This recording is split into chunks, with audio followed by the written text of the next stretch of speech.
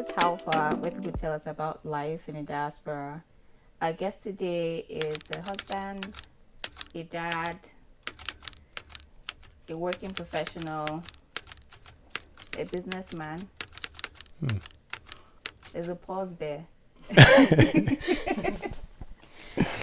Since there's a pause there, you're going to tell us what other hats do you wear? Well, I think, again, you said it all, but it depends on what you're asking, right? If outside work, outside family, I'm more involved in church. Like, I spend more time in church with young adults. So, youth leader? Yeah, I'm more passionate about that than every other thing that you listen right now, so, yeah. Okay, that's cool. So, very random. How many landlords have you had since you moved here?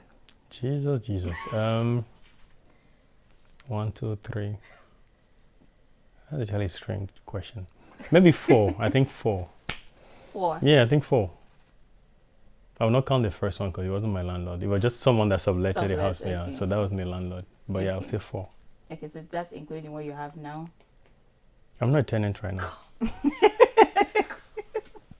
Okay, that's great. So 4 landlords. So we could say an average, how long did you spend per landlord? There's actually one that I don't want to count because I didn't even stay there. I rented the house just to put my luggage there because I was working out of town. I don't know if that should be my landlord or just like a warehouse. But yeah, let's just count it. Probably like 3 months. But the last one that I stayed in, I spent like a year. So that's the longest I've ever stayed somewhere. Wow, a year. That's the longest you spent like renting a place. I think I get bored of places quickly. Oh, so you just always move. So I always want to move to see something fresher and something newer. So yeah. So roughly now that would be how many years of renting? How many years of renting? I would say 20. That's a good 2 years. You see, so I stayed in one house for a year. The whole 4 landlords is like 2 years. 2 years, yeah. Wow. And one was like a year, and then the other one was split into 3, 2, 1 month, and I was just moving around. Wow. Yeah. Okay. I don't know if anybody can get why I'm saying wow, because wow, okay. So it means that you've been here for quite a while. Yeah. And then you got out of renting quite fast, is what I'd say. True, yeah. I didn't know you were going there, but it's okay. I'm following you. Yeah. That's interesting. So you could say you've been here for how long now? 10 years. 10? Yeah. This is year 10? Yeah, 2015, 2025, 10, yeah. Oh, okay. Yeah. That's good. So you got me at the right time. How has it been? I think I'm still here, so it's been good. I haven't left yet. But it's been a combination of everything, like good and bad. Up and down. Like you don't know what's coming next. That's the thing about this country, right? You're here 1 second, and then the next one you find yourself somewhere else doing something else, and you don't want to stay stagnant, right? So you keep chasing other things. Some will work out, some might not work out, and you keep learning and keep moving. So I'll say it's been good so far. I mean, we can't be ungrateful, right? This place has given us a home, so it is what it is. That's what I say. So I would point to the fact that you came here single. Yeah, very single. You said very single. You gave me a single. You built a career here. Were you working back home? Yeah, I was actually a manager. I was managing my dad's businesses and stuff. Okay. Yeah, so you'd been working for a few years before you came here. And did you work there straight out of school? Well, I was actually involved in the family business since I was a kid. It was almost like I was born into it. So it wasn't like working per se. It was almost like your day-to-day activities, right? So, and I grew into it. Okay. So, yeah, it's just life to us. Your father has a company. You have to be there all the time supporting, doing what you don't want to do because they force you to do the work, right? It's like free labor for them. They don't have to necessarily pay you, but indirectly they are paying your allowances. So something like that, yeah. So why did you come here? How did I come here? By plane. Like, why did you come here? Why I came here? Yeah. I think you get to a point whereby you just want to move because there was no room anymore for you. You feel like there is more you could achieve, right? And I'm that kind of person that, like I said earlier, I get tired of places. It extends to family. We can remove that part. But anyway, I think I needed something different. And there's a story that I don't usually share. When I was a kid, and again, I'm from Togo, for those who don't know, we used to have those Christmas parties, right? Where you get to pick a gift box and you pay like 300 of our currency and you pick one box. Yeah. So there was a time I picked a box and there was an envelope with a letter from a family from Canada. So they wrote me a letter and I held on to that letter with the hope that one day I'll be in Canada and I'll meet them. The craziest thing is the month I got my invitation to study in Canada, I lost the letter. So I don't know how, but I think that was something that was driving me every day. When I got the opportunity, I just jumped on it. So there are so many whys, but that's the only way I can think of right now. Yeah. That's interesting. So that letter is kind of like because that's why you chose Canada, because of them. Or would you have gone to another country? I had opportunities to go to France or Germany or China. Yeah. But the truth is, the letter was part of it. My parents didn't have money, the letter will be there and nobody will go anywhere, right? Yeah. So I'll say the opportunity showed up and it was Canada. Now, was it destiny? Maybe. Was it that letter that was telling me, hey, once you hear Canada, know that it's Canada?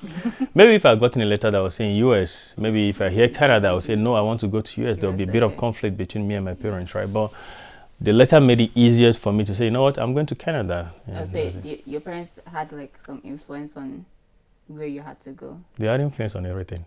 I mean, they're African parents. Like, what do you think? And they have the money, so it's not like... They didn't say pick one. Pick Canada or US or France. They didn't give me a choice. It's just, it's just get your bags, you're going straight to Canada. Yes. If they have parked the car and say, enter, go to Canada, I'm gone. I didn't have a choice, so yeah. So when you moved here 10 years ago, what was your biggest culture shock? Everything was shocking to me because I came here speaking French. Right. And instead of landing in a French-speaking town or province, I landed here. Right. So the first day I landed, there was a guy, I think his name is Andrew. He took me to class, and when I entered the class, I stepped out first and I was like, what am I doing here? Because I couldn't hear what the lady was saying. And I told him, bro, this is not, I don't think I did the right thing here. I'm making a mistake. He's like, no, don't worry. You get used to it. See your fellow black folks in the class, right? You get used to it. But I got into the class and then a few weeks later, I realized that, okay, I could pick few things and here and there. And again, most of the materials are written or printed. So I could just read, translate in French and get one or two things together. So that's how it started. And then I got some help. I met some friends that were also speaking French. They're from some other French countries, and we started mingling and stuff. So it got a bit easier. But yeah, that everything was shocking to me. Like, so when you came, did you consider moving to, say, Quebec or some other French? I love a challenge. Right. I love a challenge. Did I consider maybe at some point? Because I wanted to use my certificate to do something here, right? That's when I started thinking, could I have gone somewhere else? And I started reaching out to universities. And they said, no, you can't use your bachelor degree here. You have to do this, and that. And I said, you know what? Let's just forget about the past and move on. And that's how I just stayed and didn't move anywhere else. So, yeah. So what program did you come to do? Oh, God, those programs. Global business management and hospitality. It had nothing to do with what I studied back home. I'm an accountant. Oh, I was an accountant back home, right? So, but you know, when you're coming here most of the time, instead of looking for something that will give you a future, you're looking for something that will give you a stay. Yeah. That's what most of us do. And sometimes we get to learn the hard way. Now I can advise someone that's coming, or when you're coming, pick a course that can actually give you a future. The stay will most likely come because you find a way to stay in Canada. But the future is not always guaranteed if you don't make the right choices. So yeah, it was a mistake, but now, thank God the mistake has turned into design. It's all part of the journey. Oh, it's all part of the journey, yeah. It's interesting. Well, you probably touched on this, but I'll, ask it again.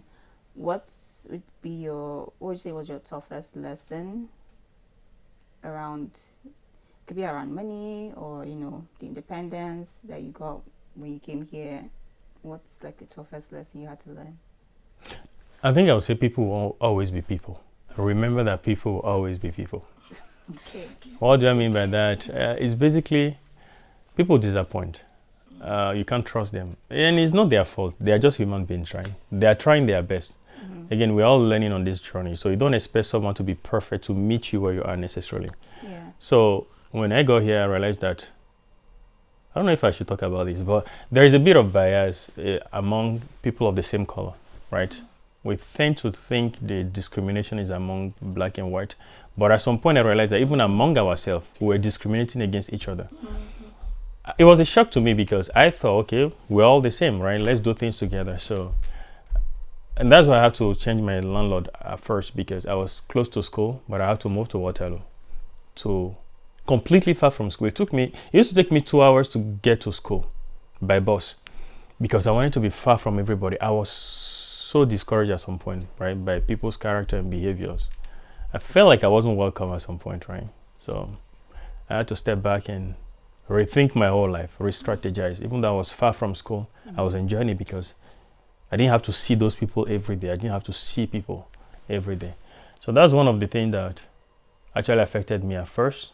But thank God again. For people, that's what I'm saying. People are people. They'll be bad, they'll be good. But some people hold your hand while some people are pulling it down, right? So you just have to stay loyal to the few that are good to you. Yeah. Am I preaching now? Okay, cool. We're learning. So the lesson there is stay loyal to people that are good. Stay loyal to the few. Like even if it's one, stay loyal. How about the other ones? What should we do about them? Well, they will always be there. They'll always be there. See, you get to a point whereby even the people that disappointed you, they might become useful. Do you want to fight them for the current peace, or you just want to keep them aside? There's something we call fake smile. It's not necessarily fake smile. It's just maintaining your distance. I can meet you today, we are not friends. But we still say hi, smile and move on. Because we are just human beings. It's not necessarily fake. We don't need to be necessarily close to each other to smile at each other. The fact that we are all human beings is enough for us to smile at each other, to just say hi and be friendly. But that closeness, you don't need to have it at that time, right? Until you need them or they need you. So when I say loyal to some few people, I'm saying the one that are available at that time, stay loyal to them. Until the one that don't want to be in the circle, want to be in the circle, and then you find a way to bring them in. Make your circle tight. That's what I'm saying. Like, if not, you have headache. Look, trust me, you have headache. No. You probably touched on this also, but breaking into like professional space here, you talked about learning the language, or having a bit of issues with like dealing with the language because it wasn't what you were used to. Yeah. What other challenges did you have breaking into professional space in Canada? Obviously, apart from the education part that you said it wasn't the kind of course you wanted to do or you needed. I think I mentioned this earlier, the certificate. I couldn't use it to work, right? So the one you had from home. From home, I couldn't use it to work. And I thought it was easy, just bring your certificate and work, right? I couldn't use it to work. So I had to go back and start learning new things. So when you say you couldn't use it, is it you couldn't use it to apply for jobs, or you couldn't use it to... It wasn't useful. Like, I don't know if people from Quebec and Montreal have the ability to use their own. I'm in an English-speaking part of the country. Now, even if I've gone through West to actually validate my certificate, it wouldn't still have helped me much because I wanted a job that I could use my certificate at that level to do, right? I don't want something that's below that certificate. But to be realistic, I noticed that even the people that had a master's degree were still doing labor jobs at that time. Now, like had a master's degree outside of Canada, like from back home, and they came here and they were still doing labor jobs. Either because there was restriction, right, where they say in school you can only do some hours and stuff. Yeah. But beyond that, even some that were done with school, they were still finding their ways there. And me trying to use that specific certificate to do something wasn't possible because, again, West wouldn't let me translate on time. And then when I reach out to the school that could have helped me, or the companies that were hiring, then there is a name they were calling it. And when I tell them about mine, they felt like No, there's no equivalence, right? And when I reach out to West and say, what's the equivalence of this one? They will tell you it's a bachelor's degree. I'm like, okay, but these people are saying it's not a bachelor's degree. So what should I do? I was stuck in the middle, right? Yeah. So I had to move all those things to Do the you think side. is that still something that's still going on now? Do you think there's been any changes so far? I would love to ask someone that just came to Canada because Okay. I forgot about that certification. I didn't try. I don't bother anymore. I moved past it and yeah. So, outside of 9 to 5, you do business. How do you know? How do I know? I'm waiting for you to confirm. Anyway, you did affirm earlier when I called you businessman. You did not. Yeah, they got me. Okay, let's go. Okay, so you do business. So tell us about what's this business about. Okay, I'll focus on the one that matters for now. Oh, there's multiple. No, We have let's not go multiple. there. Let's So get into let's talk everything. about skill dev. Okay. One of the businesses that we run is skill dev, right? Is me and a few co-founders, and we started skill dev. Initially, I had Market for You. A lot of people knew Market for You. That's where I started.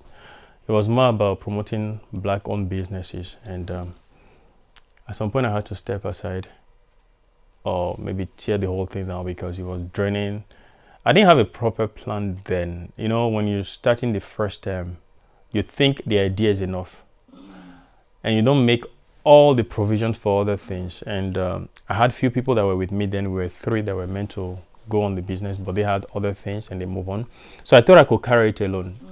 It went on for years, 1 or 2 or 3 years. I maintained, we had many vendors. We built a platform where they could actually post their businesses. They even had a free 1-page website. So it was all going well, but at some point I started thinking, what next? One of the things that made me shut down is because there was one part of the idea that I could not implement. And I don't do well with not being able to figure something out. So I had to shut it down. And that part was logistic.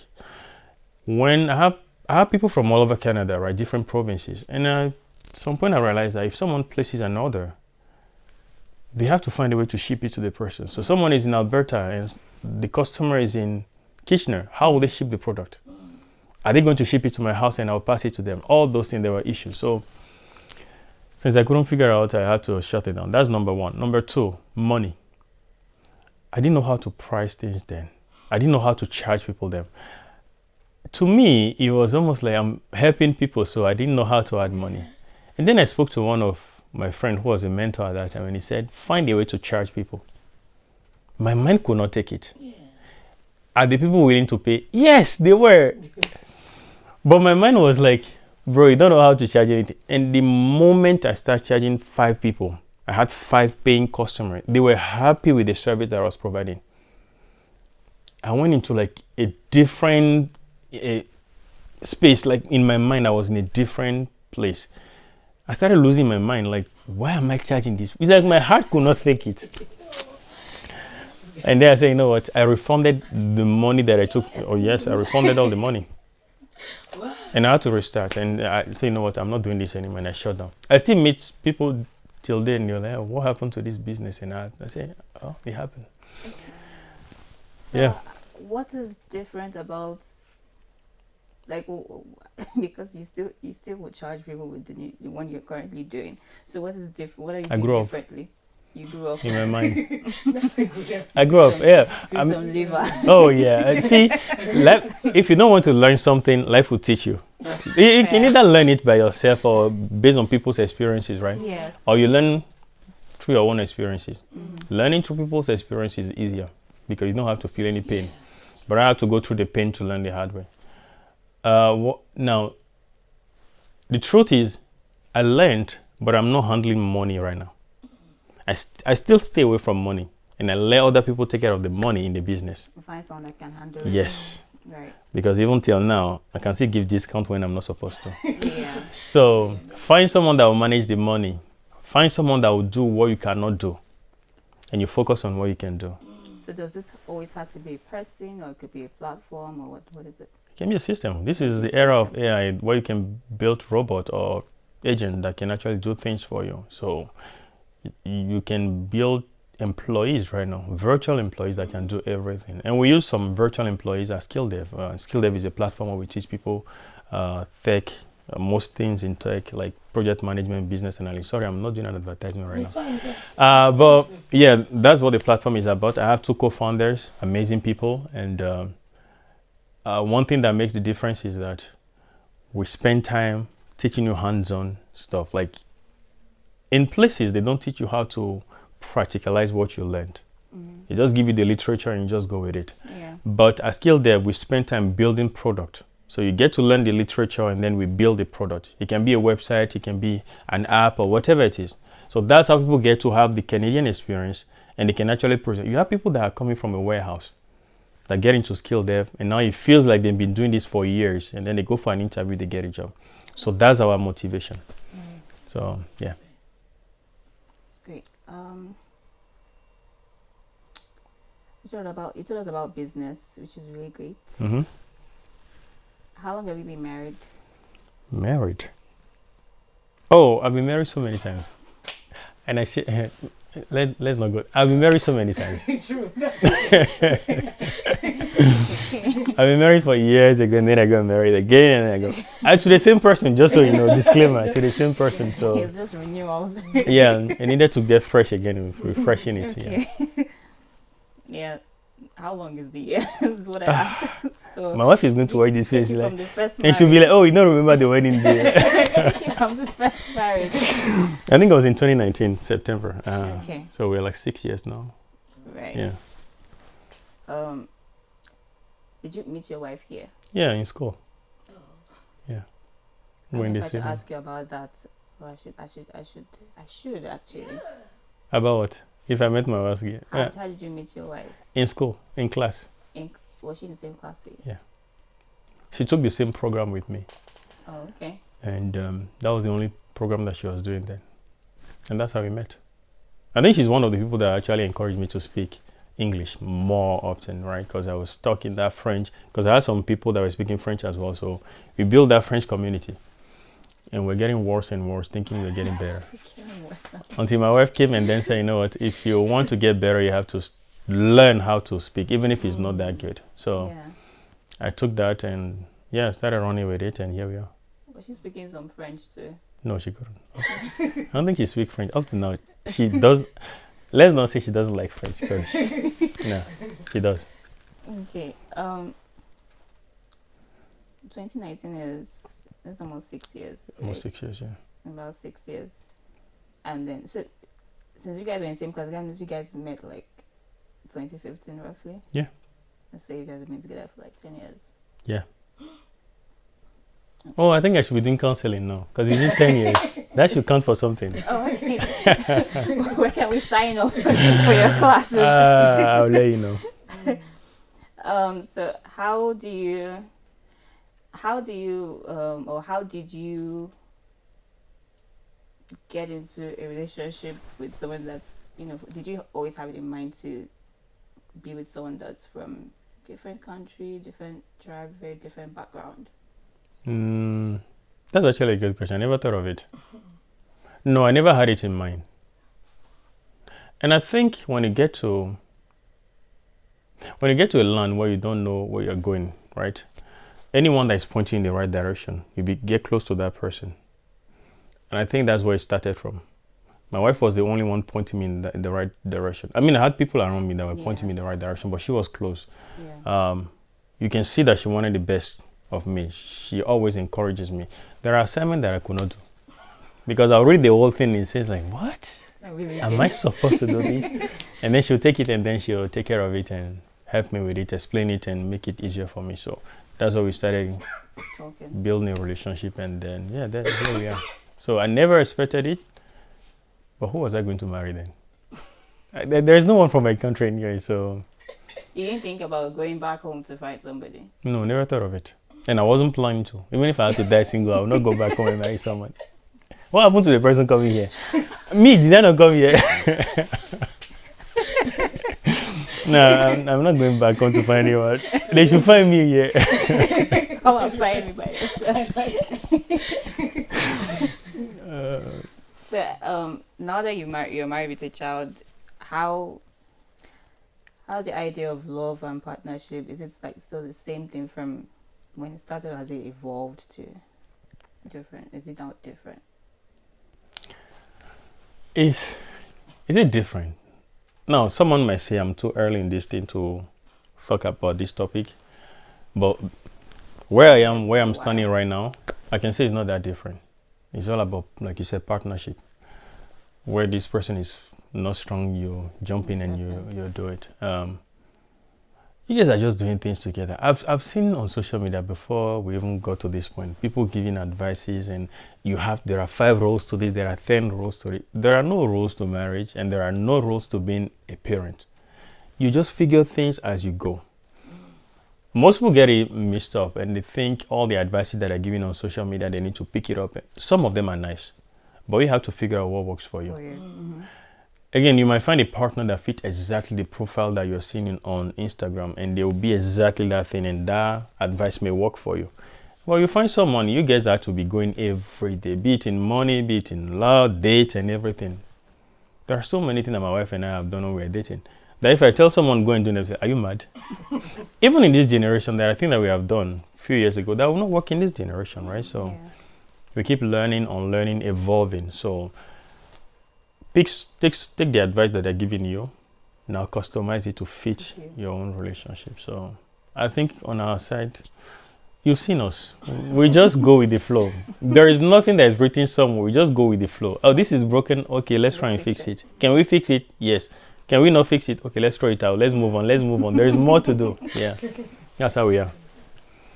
So looking back at, the past 10 years, everything that you've been able to do,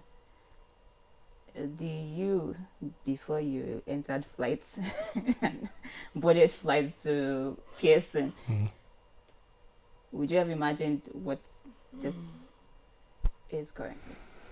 No, never. Why? No, never. Why?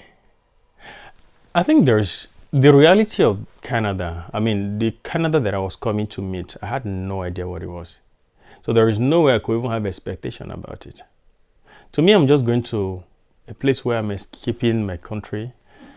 That's all. Even if they have dropped me in the desert, maybe I'll just stay here and find a house here. I find my way here. So, sorry, repeat the question again. No, I'm asking, like, looking back, like, did you imagine this would be your life right now? No. Like, from that young man that boarded the plane to Pearson, did you have this, how your life is currently, did you have this in mind? I think I imagine my life to be bigger than this. Now, I'm going somewhere greater than this. When I left the country, because I had a lot of dreams on my back when I was living. I was a dreamer since I was small. But when I got here, I think the dream had to shrink so that I can fit into this environment. If not, you have destroyed me. So looking back now, if I thought I could be here, yes, I thought I could be here, bigger than this. But when I landed here, I wasn't expecting myself to get to this point, because I now understood the reality, right? And the reality now made me feel like you cannot achieve this. You are not able to get this done because of all the rejections. So yeah, it was two-way street. Living, no. Living, yes. Getting here, no. But here I am. So along with those, your personal dreams that you had when you were living, did you also have dreams from other people? Dreams what? Were you carrying the dreams of other people as your parents, for example? No, I didn't carry anybody's dream. Everybody should carry that. Why should I don't see. Oh God, I don't carry anybody's dream. You have your expectations on your no. mind too. Like, okay, they expect me to do this and that. Okay. They have expected me to do things when I was with them, and I've done it.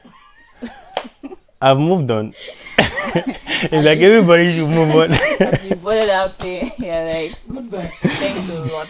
I always wanted to go back and actually do things for them, right? Always like the son, you want to take care of your family, build stuff, make sure they're happy, right? But everything comes with time. You do it when you can, and as you keep growing, you keep doing it, and you keep pushing yourself and keep doing it. But saying that I left my country with the dream that, I'm going to fund this person's life or next of kin and all those things. Never. Because if we put those things in mind, your first income, you want to start sending back, or you want to start spraying. While you here, you are going through trouble. No, people are thinking, you have made it, right? And that's where billings start coming. And I tell people all the time, don't do beyond yourself. Make sure you yourself, you are okay.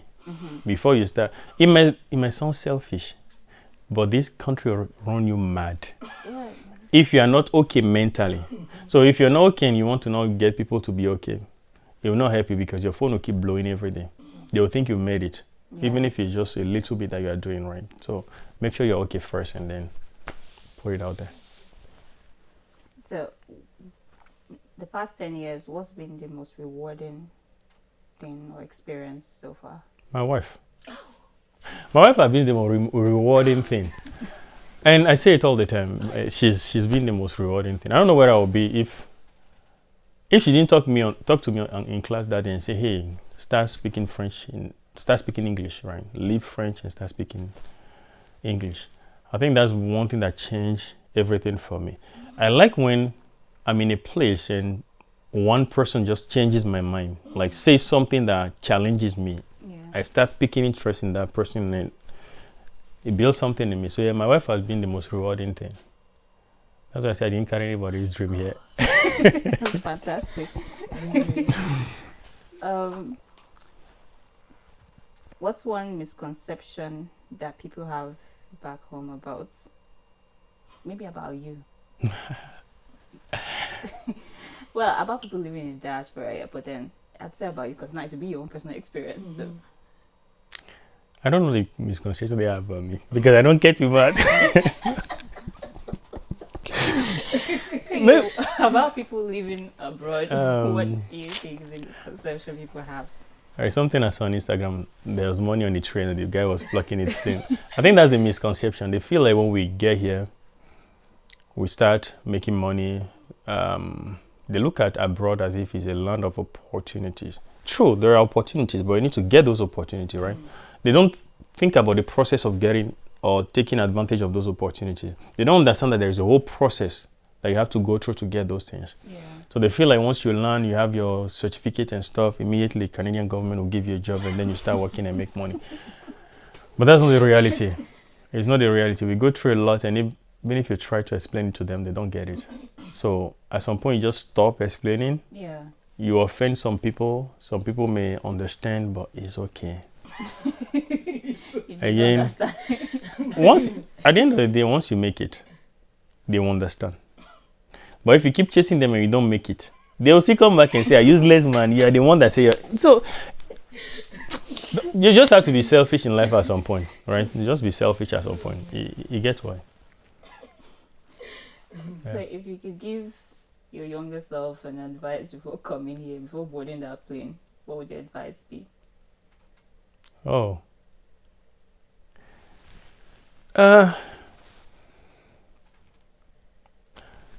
That's a difficult question. I don't think I would have told him to do something different. Could I? You like whatever you did. I feel like everything that I did was not by my strength. Most of the things that happened to me, like for instance, meeting my wife, I didn't have to do much. If I had to speak English to get my wife, there's no way I'm getting her. She had the best accent in class then. So imagine me using my strength to go and toast her. That I'm toasted first. So so most of the things that I've achieved up to this point, I don't think it was me that also. There's something behind that was saying, go for it, go for it, go for it, go for it. And I kept on going, and that thing keeps guiding me and pushing me. So to say that you were open. Oh yeah, take risk. You have to take risk in this country. Yeah. And people may not understand it. People want to play safe, and that's fine. Go with what works for you. Like I said, my wife and I, we take a lot of risk. And I cannot even explain it to someone and they will understand it. Yeah. But it's just us. And that's why you need to also keep the circle small. Close it. If not, people will tell you things that will that will scare you, right? Yeah. So my younger self, no, you have done good. Apart from okay. I think one of your hosts said this before, that he did not go to Canada. Yeah. I should have done that. to understand the weather. Because when I landed at the airport, I took an Uber. No, it's city cab because they didn't have Uber then. City cab. The guy that drove me, it got to a point where I was so cold. I had to ask him to turn off the AC. The guy said, no, there's no AC in the car. It was so bad that he has to park on the highway for me to throw up. Wow. I got here, I was sick for like a week or two. Oh, yeah, Google Canada, I understand the reality that you're coming into. But every other thing, just keep going. Yeah. That's great. Thank you for joining us today. Thank you so much. My pleasure. It's definitely a fantastic episode. I learned quite a lot. Yeah. And to see more of this, please like, share, subscribe to the channel. Put your comments. Let us know what you want to see. Let us know who you want to hear from. Let us also know what you learned from this episode. Just pass the knowledge on. Okay. This is how far.